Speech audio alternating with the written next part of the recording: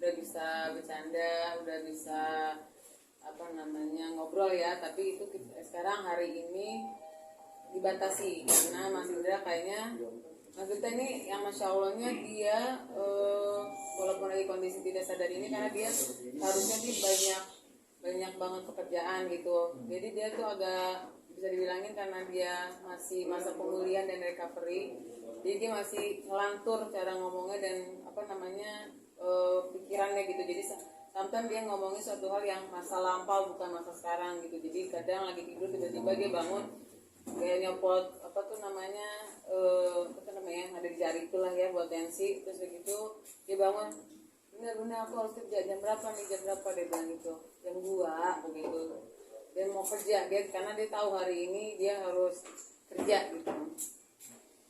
Terus dia masih keinget tentang jadwal kerjaannya ya betul, terus begitu jadi ada flashback yang dia kadang ngomongin tentang masa kecilnya, sampai dia kayak cuma kayak kebangun ini di mana gitu, cuma ini di mana, ada di ruangan mana, jadi memang karena apa yang namanya karena operasi ini Mas Lifrik juga jadinya ada memori yang dia harus dia ulang lagi perlahan-lahan dari dulu sampai sekarang, jadi bisa dibilangin dia agak kurang bisa mengingat yang sekarang ini, jadi tidak bisa di-push, dan hari ini doain aja Mas Indra agak menurun apa ya namanya menurun kesehatannya gitu, jadi dia bisa dibilang kelelahan, jadi apa ya maksudnya tensinya jadi agak naik, terus pendarahan juga di saraf pembuluh darahnya itu jadi agak banyak lagi gitu. Jadi hari ini sangat dia, jadi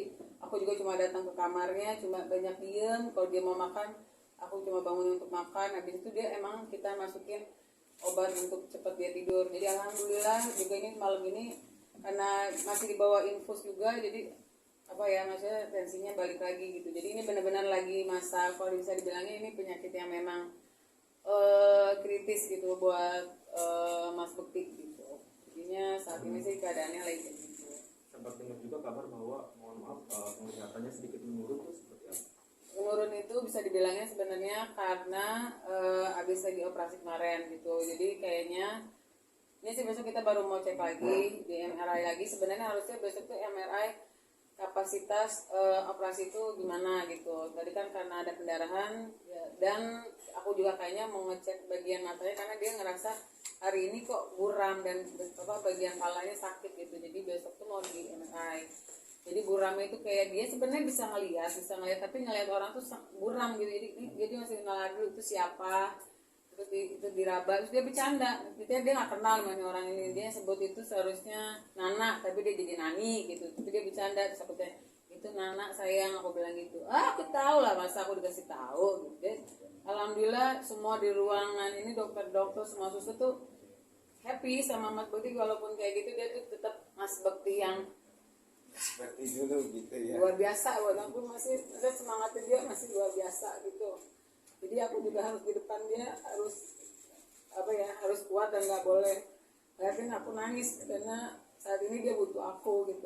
Dan aku bersyukur banget walaupun dia buram, dia nggak bisa mengingat masa yang sekarang ini gitu, tapi dia masih ingat aku gitu, masih dia momen-momen sama aku tuh dia inget banget gitu. Kalau aku awal-awal aku ngambek itu dia bawa nangis gitu, terus saya bilang aku tuh sayang sama tuh cewek. Nah terus kata teman aku, sahabat aku, siapa namanya, Lila Dita, wanita paling aku cinta, kata dia bilang gitu.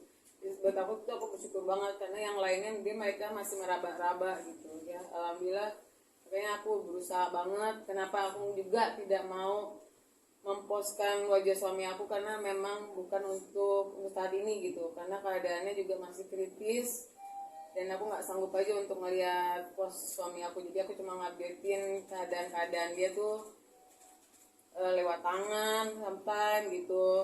Nanti kalau memang itu nanti aku mungkin aku bisa kasih cuma suara-suara dia yang bisa memperlihatkan kalau dia tuh kalau untuk suara semangatnya itu masih luar biasa. Cuma sekarang ini dokter pun bilang Mas Bekti itu semangatnya luar biasa, sampai tadi tuh tensi dia sempat naik juga karena sakit kepalanya itu, dia slow banget tuh, yang kayak masih pusing dong, minta obat dong gitu. Jadi Terus buat dia, tapi buat para keluarganya ini tolong dijaga banget, kata dia bilang gitu. Jadi aku cuma ngadepin dia, kenapa Bun? Oke aku bilang gitu. Tapi kita keluarga tetap harus menjaga informasi-informasi yang ada dari dokter gitu.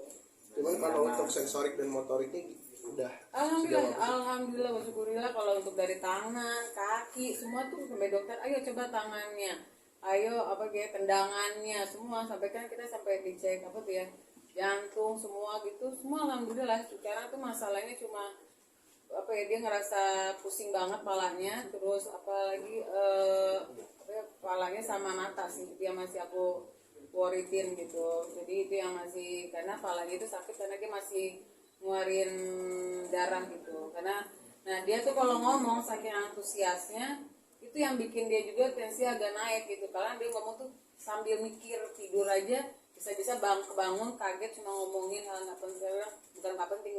Jadi kadang ngomongin tentang kerjaan kaget gitu.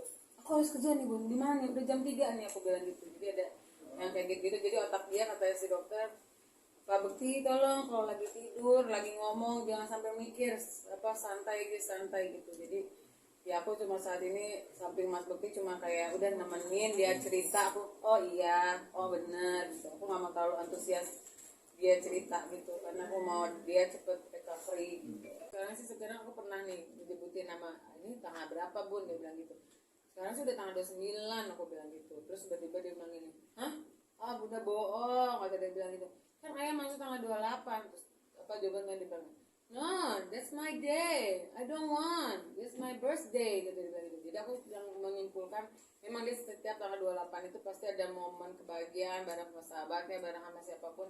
Jadi aku nganggapnya, oh dia nggak mau nih hari kejadian gitu. Jadi aku tanya, ayah maunya tanggal berapa? Aku bilang gitu, tanggal 4. Dia bilang gitu, oke tanggal 4. Jadi dia nggak pernah mau nyebutin tanggal itu di tanggal 28. Terus sebenarnya ada teman kita yang datang juga nyebutin, besok kamu lo tahun baruan sama gue lo tanggal 30. Ih bohong, nggak tanggal 30 nggak nyambung. Karena dia tuh momen yang dia tunggu kan sebenarnya 28 30 itu kerjaan plus hari birthday-nya dia gitu. Jadi aku lagi ya insya Allah sih pengennya kalau dia udah baik lagi, pengennya sih ini mumpung ada teman-teman deket nanti mungkin kalau dijaga sama Tuhan, pengennya nanti dia udah sehatan, pengen bikin di kamarnya nanti ada aku dekor sedikit lah gitu buat dia happy gitu kalau dia nggak ngelewatin tanggal 28 itu gitu. Karena ini masih panjang perjuangan aku buat recovery dia, yang katanya dia aku harus kata dokter ya short memory ini akan panjang kayak anak kecil lagi, kita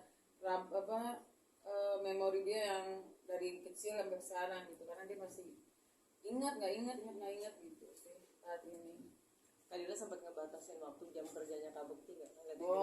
Saya kalau sebelum kejadian ini sih susah banget ya, saya udah kayak berbusa menurut saya gitu juga. Yang nggak tahu juga emang rezekinya saat itu memang datangnya segitu, tapi aku kadang yang suka bilang udah dong cepat pulang, aku bilang gitu. Kalau kadang di pertengahan itu dia ada meeting waktu kosong, tetap dia pakai dulu meeting, aku harus ketemu orang meeting itu, harus ketemu aku, itu yang susah. Aku sampai beberapa bulan ini aku berantem sama dia tuh jadi kayak cuma masalah yuk pulang ke rumah, lo cuma ada waktu nih 6 jam pulang dulu istirahat berangkat lagi terserah. Tapi itu Mas Budi sangat keras kepala gitu. Jadinya untuk saat ini semoga Mas Budi waktu nanti udah sehat mengerti kalau kesehatan dia ini sangat luar biasa gitu. Jadi ini juga udah riskan banget buat dia, jadi aku berharap juga dia sehat dan dia bisa belajar lah dari ini. Jadi dan aku kayaknya juga yang akan menentang dia kerja malam gitu. Jadi dia harus ada momen istirahat, bukannya aku belagu banyak duit, bukan, karena kesehatan nomor 1 dan yang dia buat dia aku paling penting gitu saat ini.